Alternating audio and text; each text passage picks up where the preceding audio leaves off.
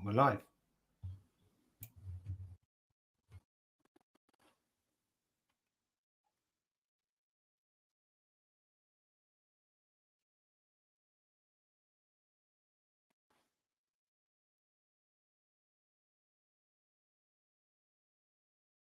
Welcome everyone. Bear with us. We're just giving it a few more moments for everyone to come in. My name's Darryl Woodhouse. I'm your host, and I'm really looking forward to providing a really valuable, practical workshop for everyone this afternoon.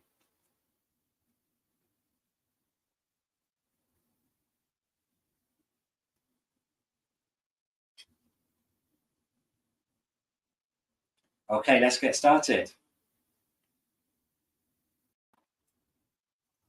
Welcome everyone. My name is Darryl Woodhouse. I'm your host today. Thank you very much for joining this, whether you're here on the live through StreamYard, or if you're catching this at a later time or date, more convenient to you, through the replay that will be publicly available as soon as we finish recording today.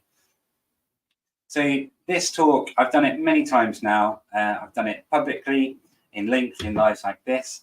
And of course, it's a key part of the work I've been doing inside organizations for the last few years, helping organizations and overworked leaders to achieve more at work and actually increase performance, but without enduring excessive, unhealthy, frequent stress, without working really long hours, without sacrificing long-term health. And a lot of the practical advice and takeaways I'm going to be giving you today and making available through my free ebook, and for anyone who wants to book me for my workshops or to come and join my 12-week high-performance leadership program, whether that's with the wider group, for your colleagues and your teams, or if you want to come and join an open course. And wherever you are, you'll find my work is very much about improving productivity skills, helping us get more from that valuable asset that we too often give away too easily, too often, our time. So working smarter, time management, productivity, prioritization, getting rid of procrastination, improving teamwork, communication, decision-making, becoming better leaders. It's all of these things that I teach in my one-on-one programs, my group programs, and through my workshops. And I hope you enjoy a little snippet of that today. And I really hope that you get some inspiration and some actionable advice you can go and implement straight away to make a difference in your workplace and in your life. Because I learned the hard way from burning out myself several years ago that long hours, enduring frequent stress, without calling out the root cause of work stress and being proactive in tackling it, through getting these productivity, these time management skills and tools, I learned the hard way. And I since learned that we really don't need to do all of that overworking. We just need the right skills, knowledge, and the focus and self-discipline. And that's what I teach. So let's move into a bit of context and some of the first insights. And we'll go through this. We'll give some practical insights, understanding of burnout, of the causes of work-related stress, the costs of it. And then we're going to go into that practical advice phase. And when I've done some of my key takeaways there to share with you, then we'll come off the screen share and then we'll go into the live Q&A. Some of you have been very proactive in sending some questions in early, which is great. And we've got my dear friend Russ in the background here. He's helping make sure the technology runs smoothly, and he'll be helping curate some of the best questions. And we'll try and get as many of those as possible. Stay tuned and get involved. Tell us, first of all, say hi in the comments. Where are you calling from today? What are you most excited about this workshop? What is it on this screen that you see here that is most appealing to you, where you think that you get most benefit? Is it about learning the truth about overworking and inefficiency? Is it about gaining one of my high impact performance improvement and burnout prevention methods, which I'm going to be sharing live today? Or is it the other actionable tips to reduce overworking and stress? The skills, the knowledge, the tools to get more done in less time? To know how to live a happier life whilst achieving more at work? say hi in the comments, and we'll read out a few of those later. Let us know who you are, where you're from, and what you're hoping to get from this session.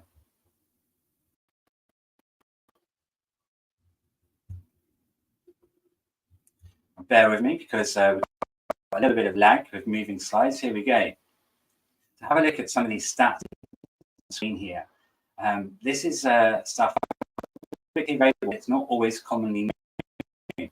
If you do know some of this stuff, and if your colleague knows this stuff, great. But my challenge to you is, how well are you listening to this knowledge, this insight, this advice? How well are you doing something about it? And that's something that I've experienced in my programs, through working with my clients. Even the most successful people need help with this stuff. It's not a weakness. It's not something to be embarrassed about. Going right back to our younger years of education, we are not really taught some of the stuff we're talking about today. We're not really taught decision-making, productivity, time management skills. We're not taught how to be high-performance leaders without enduring frequent stress, without long hours, without sacrificing our weekends, our evenings, without sacrificing our long-term health, which is why I'm here doing this. This is why we need this knowledge. And it's something I'm very passionate about from, as I mentioned earlier, learning the hard way about the impact, the life-changing consequences of having a major burnout. So looking at the definition of overworking is quite an interesting one for me. You might not be familiar with this. Generally, there's a few different opinions, but generally there's a consensus that the official definition of overworking is working more than 50 hours a week, or we could say working more than 20% more than your contracted hours. Now, by doing that overworking, you can see on the top left of the screen some of the significant impact of it in the long term to our health, our livelihoods. These are things that I've experienced 2 of these 3, and I would not wish them on anyone. Definitely something that we want to avoid. Now, the most alarming thing about the long-term impact of overworking and burnout and enduring unhealthy stress for too long is, well, how do you say this? The biggest risk, the biggest threat is that from all the medical research that we're witnessing and getting to see just in recent years, a lot of the serious long-term health effect is not being realized or diagnosed until many years after the period of overworking. So you might feel fine now from long hours, long weeks, years of overworking and enduring frequent stress, but you might be already causing damage. You might already be increasing the risk of some of these long-term health conditions. Not good. Then you can also look at some of the other insights from my own research. Now, I've researched hundreds of leaders from hundreds of different companies in the last 12 months alone, and I'm always topping up my research every year. So in official rules of quality and credible insights and surveys and research, and we're right within the perfect sample size. Generally looking at 100 to 500 is the recommended for any study to be credible. Now, from my studies, 90% of leaders, senior executives, and mid-managers, they have said that they have a medium to high risk of burnout concern. 39% of those surveyed admitted to overworking. 39%. Now, if you're not one of those, great, but the odds are people close to you, people at home, maybe your family, your friends, certainly your colleagues, a number of them will be at risk. They need to see, hear, learn this information. You know, you can help other people in the long run by knowing this stuff and sharing some of this information. Then you've got other fantastic studies that are quite well known.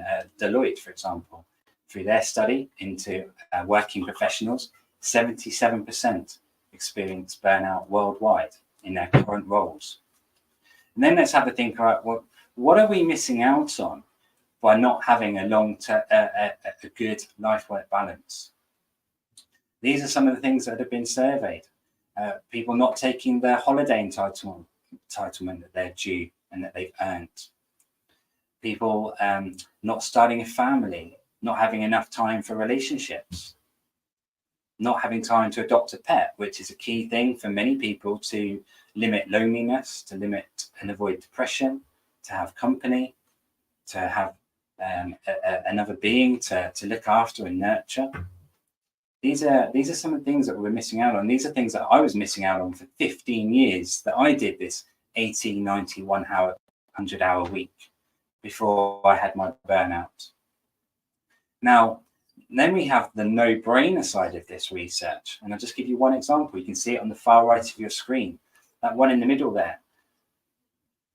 People working excessive hours are up to 4.4 times lower in their productivity rate, 4.4 times lower output. So not only is it not good for our lives, our happiness and our health, but we're not actually contributing as best as we can at work. We're not helping retain our jobs. We're not helping our companies stay in business and thrive. You have to be super quiet, please, kiddywinks. No fidgeting and whispering. Got a couple of the kids here with us in the background. Bless them. So we're on school holiday season here. I'm sure you'll understand it's not a bad thing. It's a nice thing to have them here. But let's not lose the main focus and the key points here. Overworking, high risk of burnout and other long-term health impact, health conditions. And it doesn't make us as productive as we can. In fact, it makes us less productive. It's risky. It's risky for our careers. It's risky to the organizations we work for. And it doesn't have to be this way. And that's what I'm here to help you with and to give you the practical advice on today. Now, some of you might be a bit skeptical about some of these numbers. Maybe you're not convinced. Well, hey, let's look at the costs of work-related stress. 15 million days. 15 million days per year in the UK lost to stress-related causes at work. $500 billion is the cost in the US. Now, there's lots of other different studies, and we've just chosen a couple to give us examples today, but some are coming out with much higher figures than this. And then, on the other hand, we're finding that organizations with low employee engagement, they're experiencing less profits, lower productivity.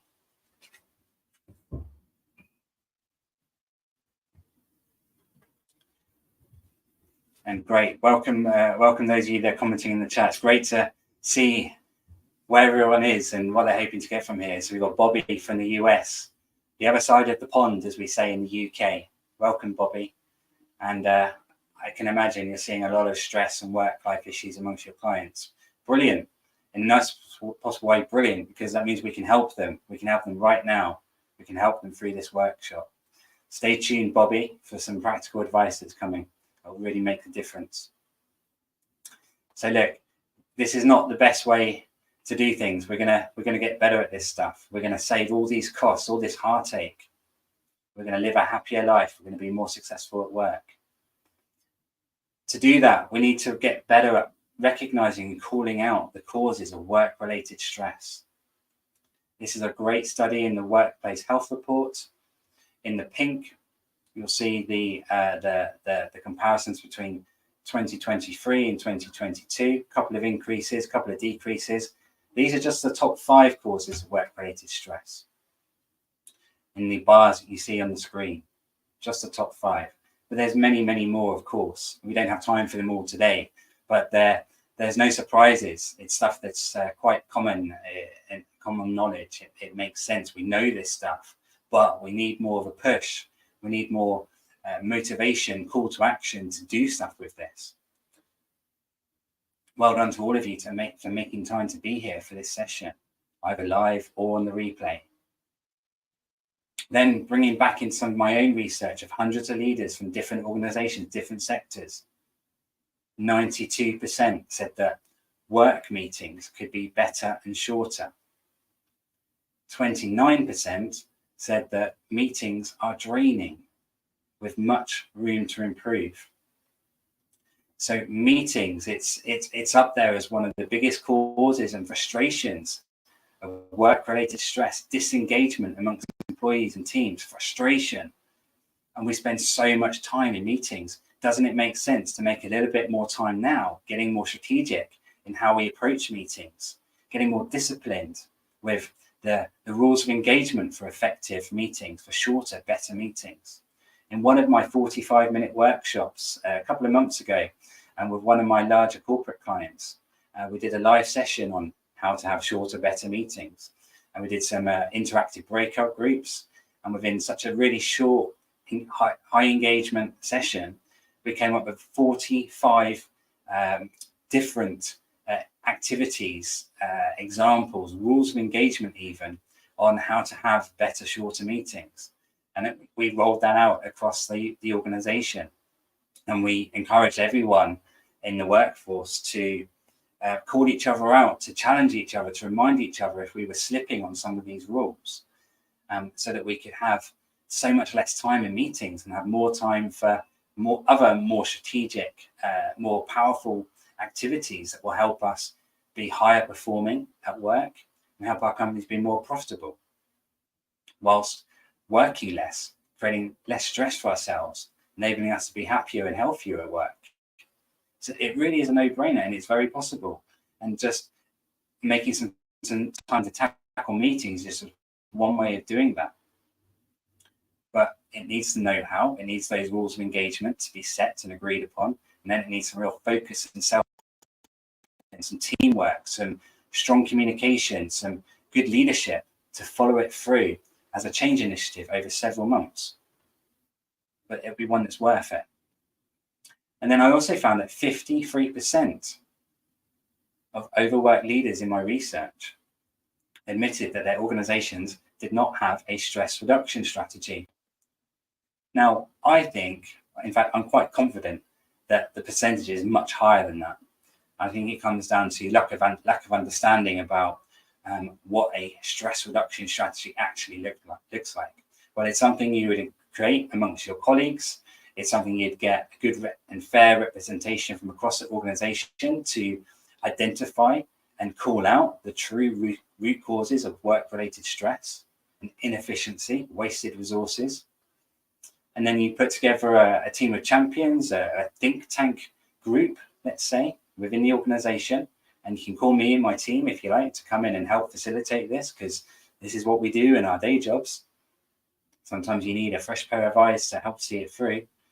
And then we turn these root causes, we turn them into an action plan on getting rid of them, tackling them, preventing them.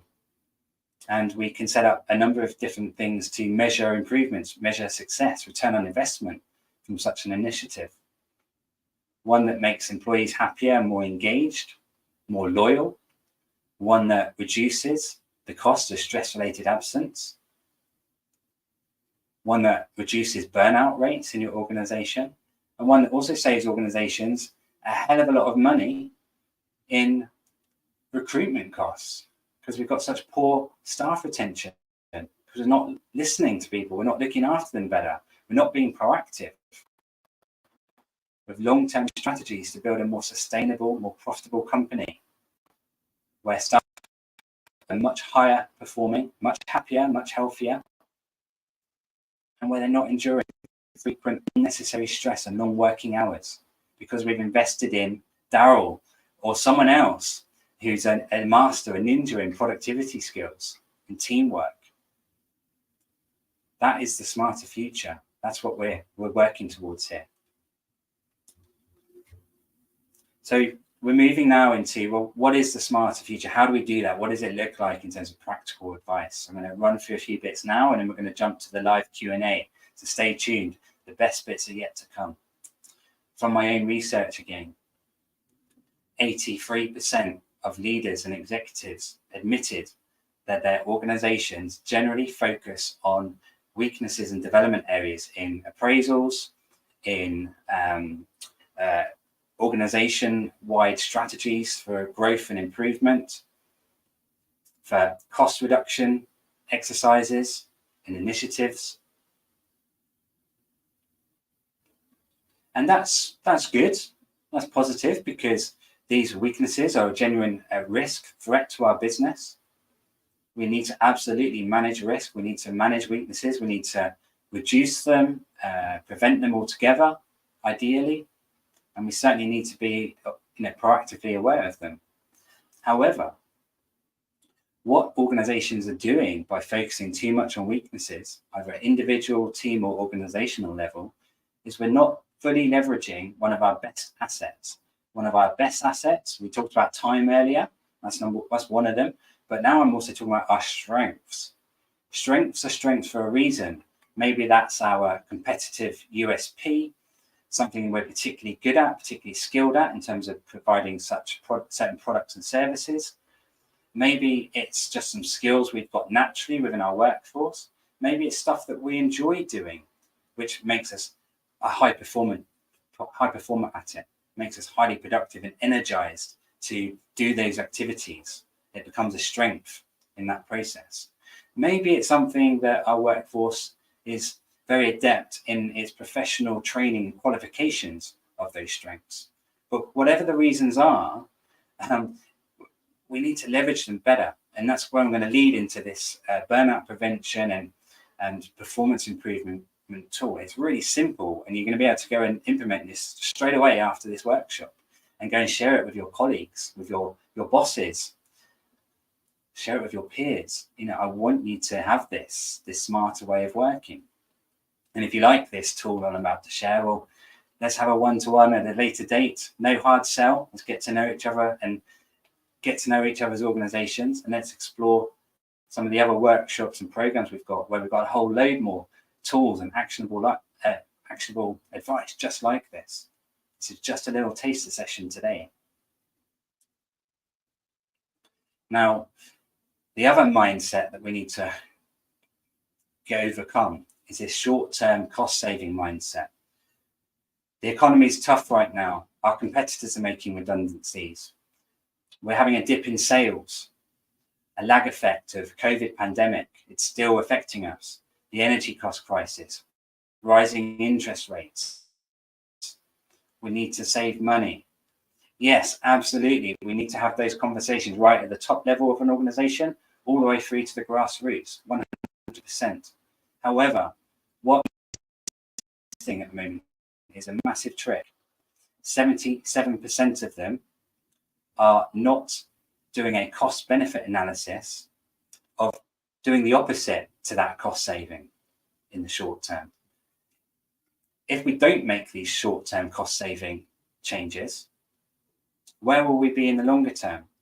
If we stay at the same headcount, or even if we invest in growing our staff headcount, because listening to our staff, they're already overworked, they're under-resourced. Let's not put even more strain on them by reducing our headcount. Let's increase the headcount. Let's make a bold commitment to our staff. Let's analyze the pros and benefits of that. And let's have a look at what the return on investment might be. Now, by actually having these strategic conversations properly, by think tanking this, bring externals in if you need to.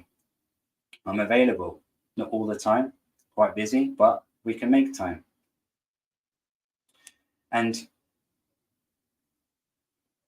if that long-term return on investment assessment, if it does not give you and your colleagues a confident feeling that making that investment will produce a return, then of course you don't do it, and you follow through with the short-term cost-saving initiative. Great. But the problem is 77% of senior leaders are not even having the conversation and consideration of what's the impact in the longer term. More often than not, if we're doing the right things, we're investing in our people, if we're listening to problems and causes of work-related stress and looking to take action, the gains are much greater in the longer term. We need to stop these cost-cutting initiatives where we haven't even looked at the long-term impact. We haven't even done that cost-benefit analysis.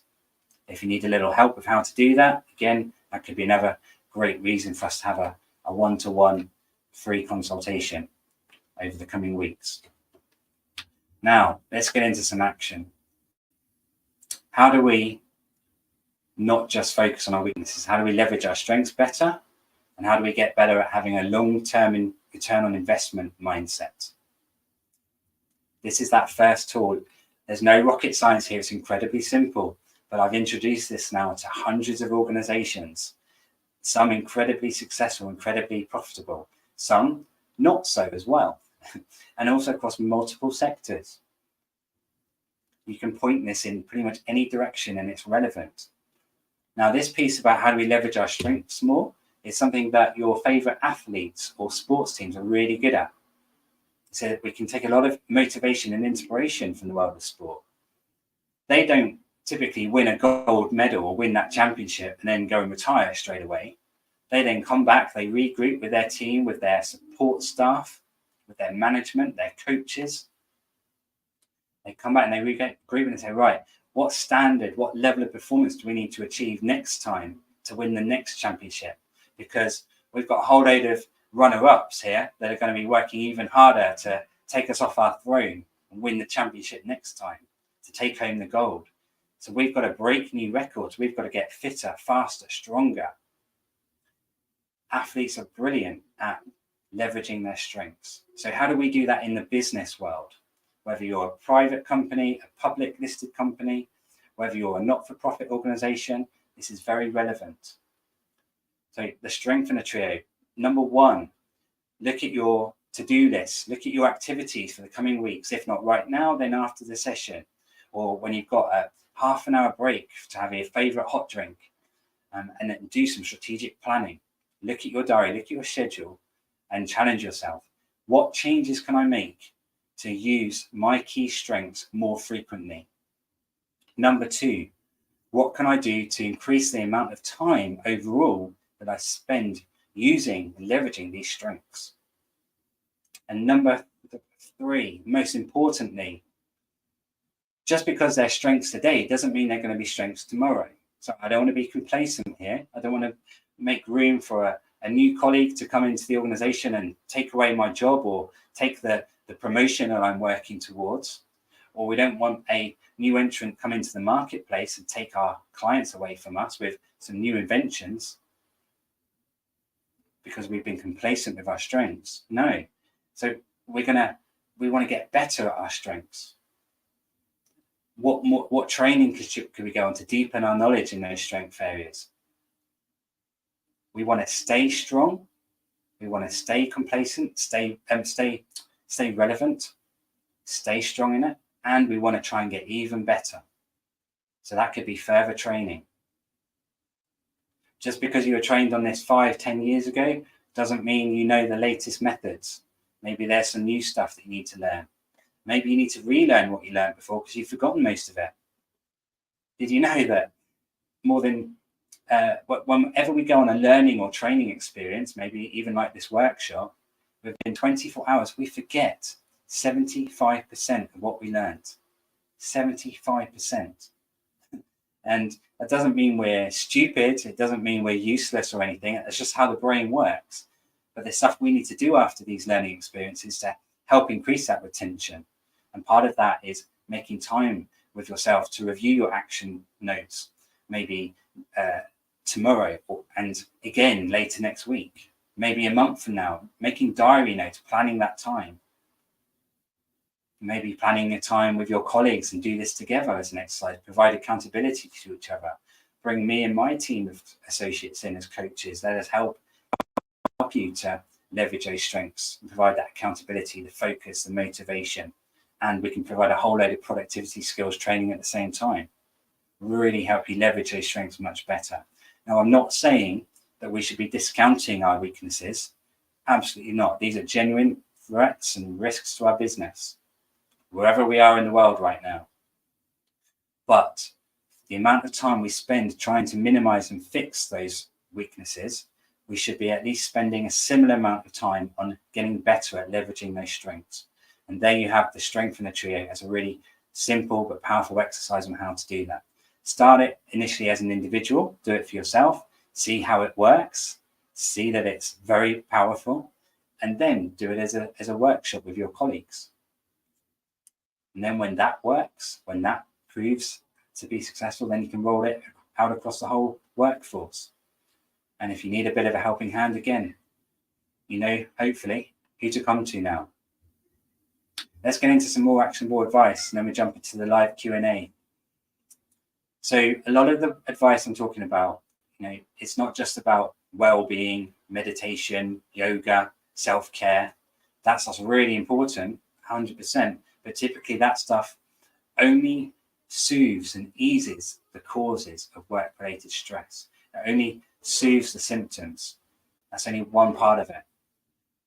What's even better, even more powerful for all of us is to call out those root causes of work-related stress and then take proactive action to minimize, mitigate, get rid of them completely, whatever we can do.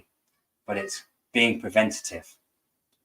And once we've done that, getting better at productivity, time management, getting more done in less time. That's what we're talking about here. That's the golden nugget. That's why I'm busy right now, helping so many different leaders and organizations and their teams doing the work I love. Because the vast majority of people need this help. They need this training. It doesn't come naturally to everyone. And we're very busy working, stuck in the day-to-day, being reactive to all those emails, meetings, customer requests, colleague requests, meeting after meeting, project after project, change initiative after change initiative. We need to break the mold of that, and we need to start being more proactive. That's the only way we're going to move forward and have this smarter way of living and working. Then you have meeting culture. We talked about that. That's a big one. And it's a really quick and simple way of saving hours and hours of time. One of my guarantees, money back guarantees that I provide on my high performance leadership program is that I will save every person at least 40 hours per month of work time. 40 hours. It's 10 hours per week. It's a lot of time. Just imagine what you can do with that. Now, I'm telling you that one of the biggest and quickest ways of making a big dent towards those 10 hours a week of time saving is through getting those meetings to be better and shorter. That's just one initiative. Very, very powerful. Not many people provide training on it.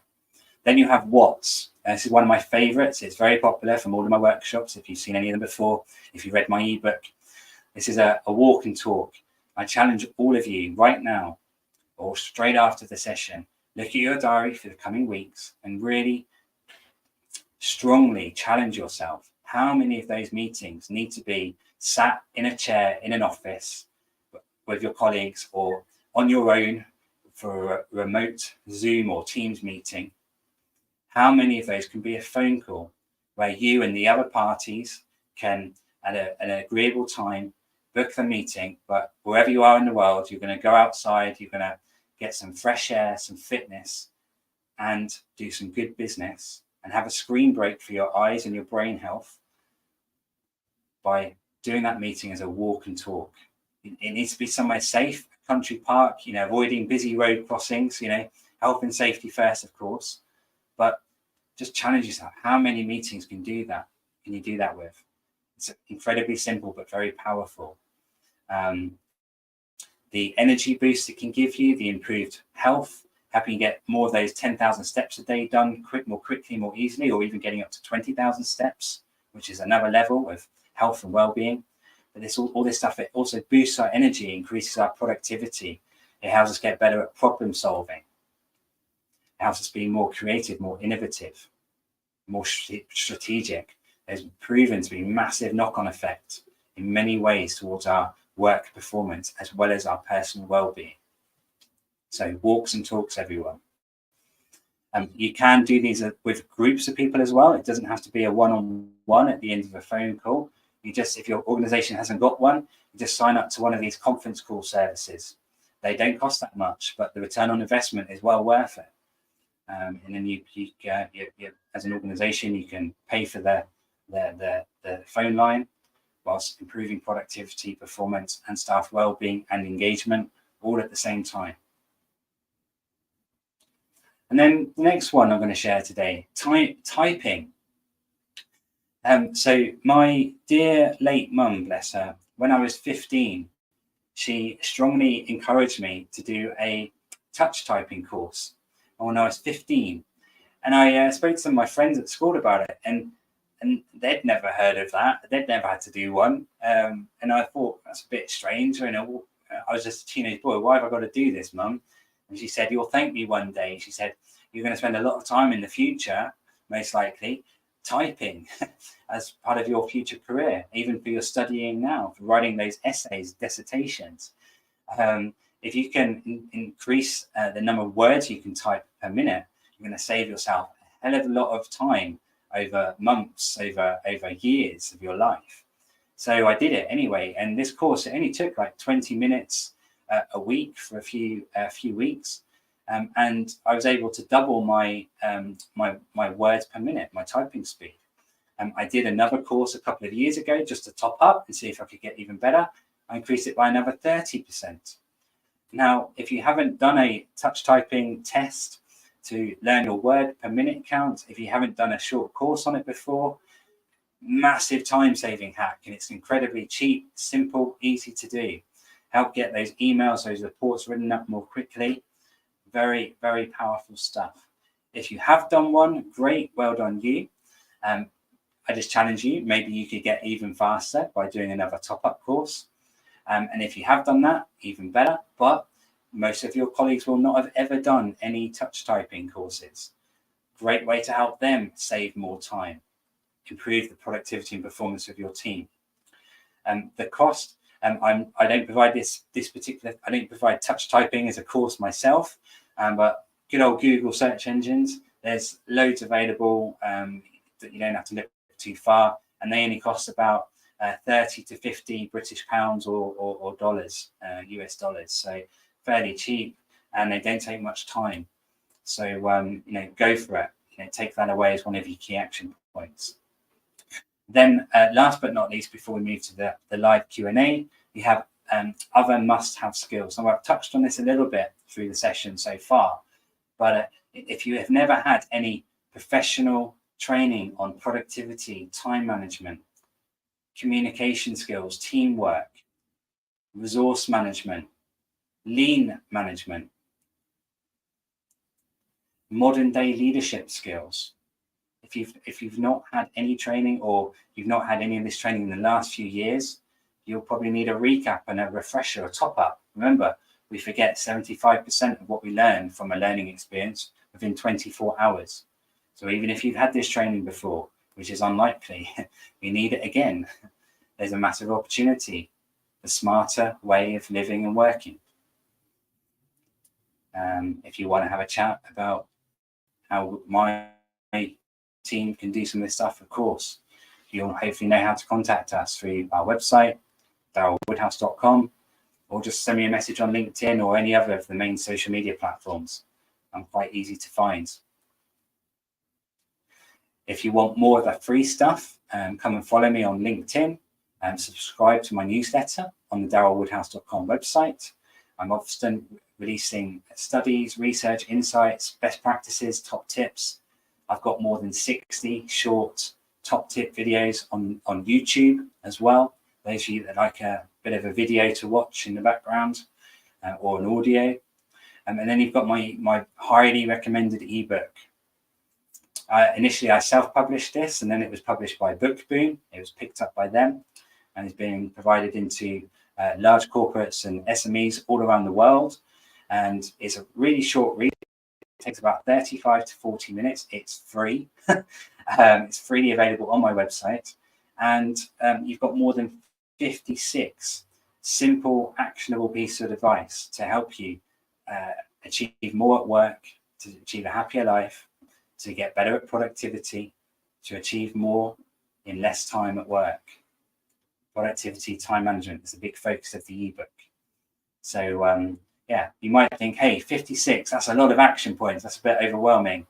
Absolutely, it can be. So all you do is you skim read the ebook over 10, 15 minutes, and initially just pick out the top 3 or 4 action points that really resonate with you. The ones that you think are quick wins, easier, where you might get the quickest gains, the biggest gains. And then for the next 3 to 4 weeks, have those written down somewhere visible in your office, in your workplace.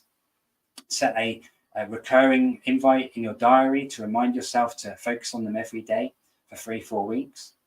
You will quickly see and feel the impact on your productivity and your energy and your motivation and your well-being. And then you can come back when you're ready and then come pick your next 3 or 4 action points. It's all there. It's all for free. Obviously, if you want more, you want a bit more focus, accountability, one-to-one troubleshooting, that's what you might need one of my programs for, but we'll talk about those later. So lots of free stuff. It's all out there. It's all yours for the taking. And of course, share it with your hardworking, overworked friends, family members, colleagues. I want to get these messages far and wide. This smarter way of living and working. I don't want anyone else to burn out ever again. I am living with several medical conditions for the rest of my life that I have to control, manage, treat every day. I now channel these as daily reminders not to let those old, overworking, overly ambitious, perfectionist behaviors creep back in. I use these and channel them as positive reminders to inspire me, to keep me motivated to do workshops like this, to help others learn from some of my mistakes and learn from my best practices that I learned since my burnout. Since the burnout recovery, I've been working more than half as much as I did for 15 years. Those 80 to 100-hour weeks, no more. Max 40-hour a week. And since then, I've been much happier, healthier, and I've been massively more successful in my business and in my career. It really works.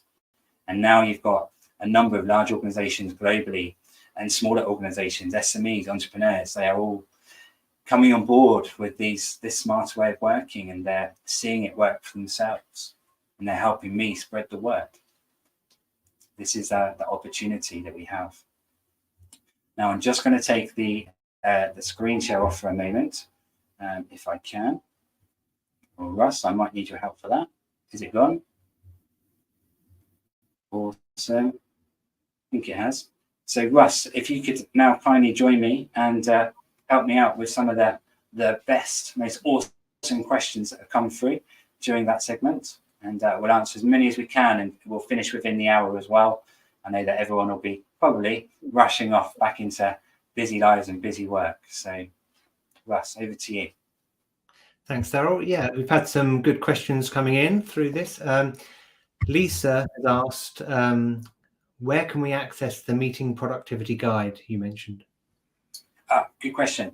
So I've not made that one publicly available, actually, as yet, but it's in a PDF form. It fits in a 2-pager. It's pretty impressive, really. 45 rules of engagement for shorter, better meetings in 2 pages. So it doesn't take long to read or to implement.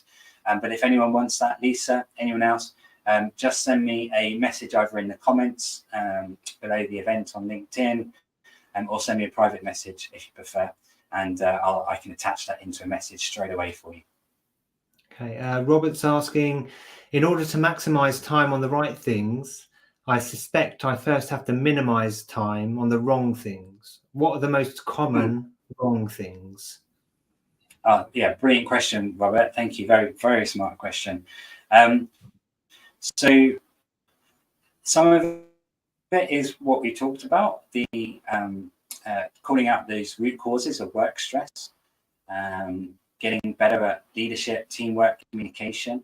It's using matrices like the Eisenhower matrix. If anyone's not heard of it, that's also known as the urgent, not important grid. You can draw 4 quadrants, and then you categorize your tasks and activities into either the urgent box, not urgent, and just that simple matrix really can help with kind of figuring out what to delegate, what to ditch, what to postpone, what to do first. But it really does start with having a look at ourselves.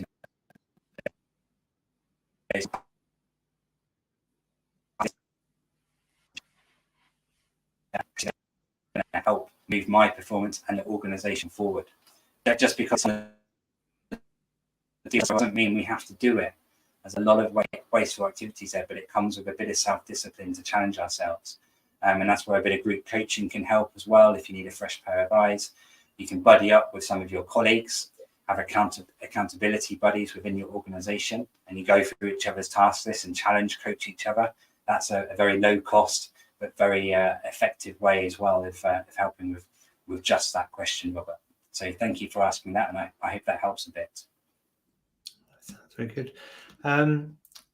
Ogo, I think it's pronounced Ogo or Ogo. He's asked, if you could restart your career 20 odd years ago, what would you do differently? Great question. Thank you, Ogo. So yeah, I've had that question many a times actually. And I do give the same answer. It would be to stop the overworking, have a much better, healthier, happier balance of life and work. Don't just put all my energy and time into the career and into the business. Don't work 80, 100-hour weeks. Instead, have a life-work balance. Enjoy your life, because life can be tragically too short.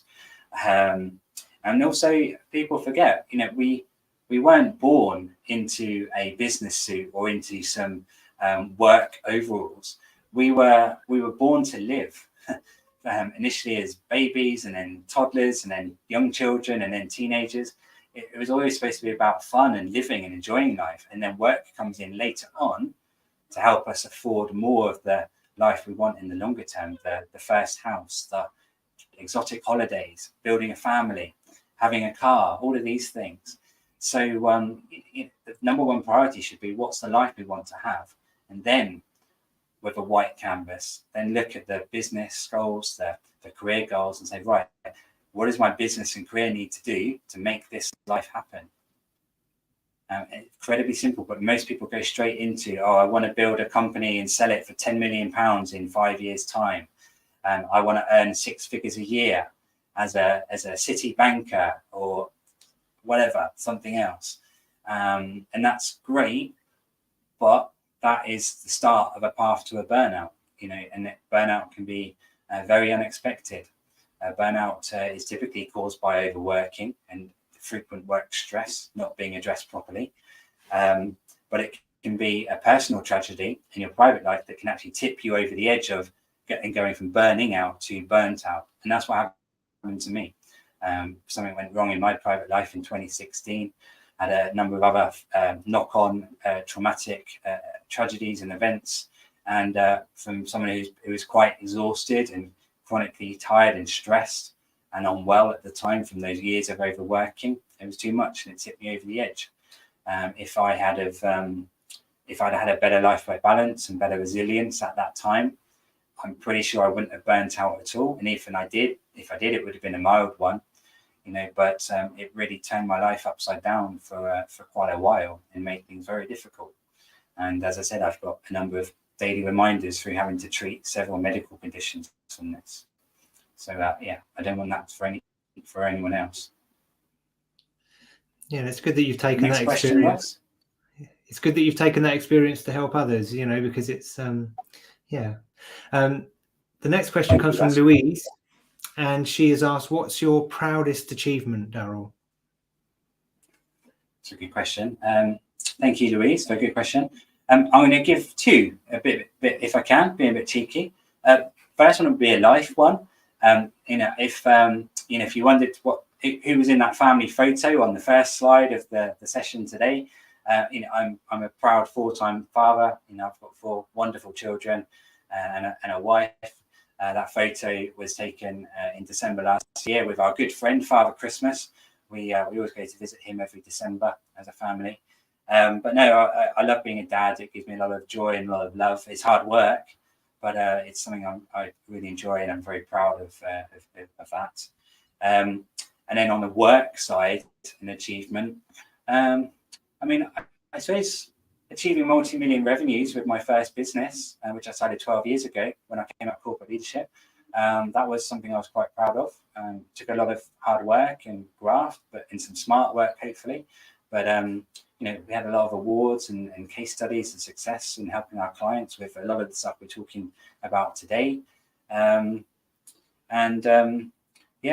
guess it's just the case studies off that, really, being able to make a difference for so many people's lives and for so many people's careers and organizations, and helping them to be more successful, but without the overworking, without that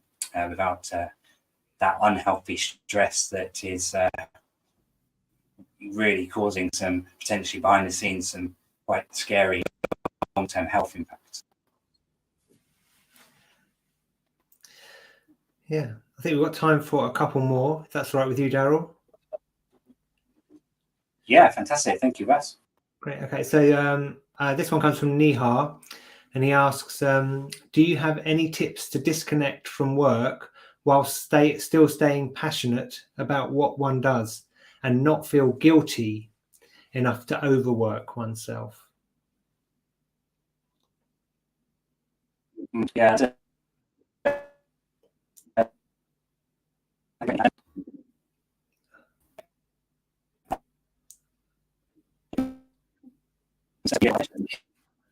Oh, you might have to go over that again because you're breaking up a little bit. Whether it's your own business or right, good old connectivity doesn't always work smoothly. Yeah, you're back on. So I'll just try that one again.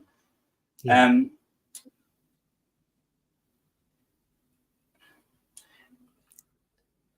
If you've worked your contracted hours for your company, and if you've done you've worked as hard as you can in that time, and you've worked towards your objectives, you've delivered some good quality work, really, I would argue you've done what you can. You've done what you're paid to do. Yeah, it's nice to go the extra mile and do a couple of extra hours, 100%, but not at the expense of your long-term health and your livelihood and your well-being. And especially when we're now hearing more and more and seeing some of the studies I shared earlier that we are not more productive when we're working those crazy long hours. We're actually performing to a lower standard, making more mistakes, being less productive compared to those who are having a better life-work balance. So I think there's a bit of a self-talk there that we all need to have. And then when we shut down our computers, when we turn our work phones off at the end of the day, it's then about practicing presenteeism and mindfulness.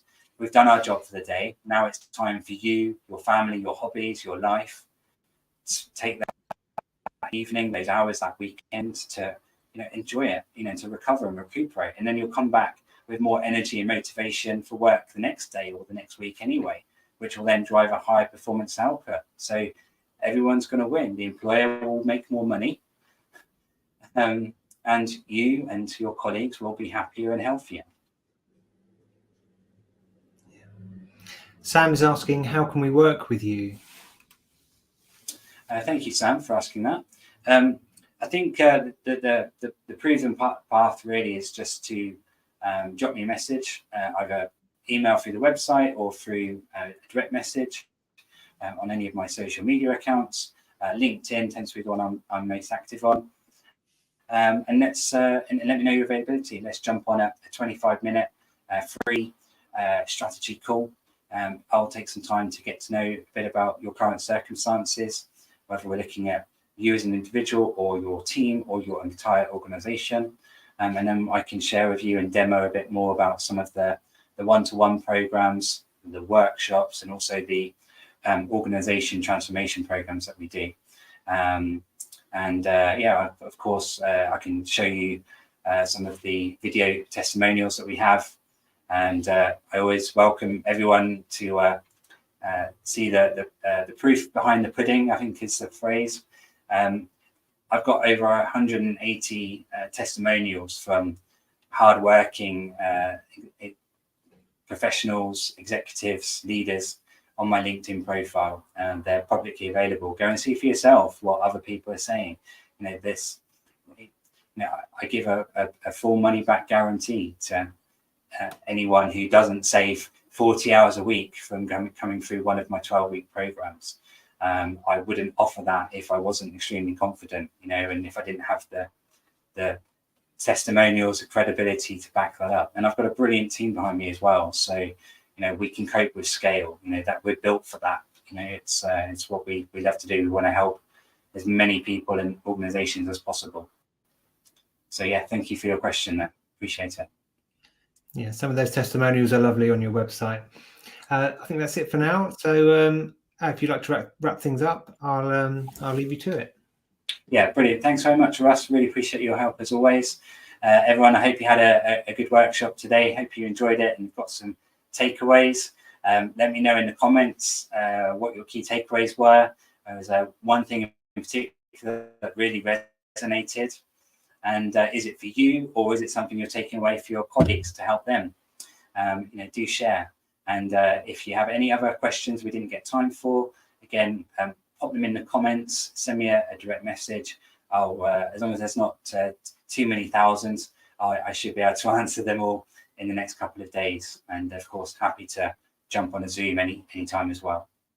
Thanks very much, everyone. And look forward to hearing your success stories of this smarter way of living and working.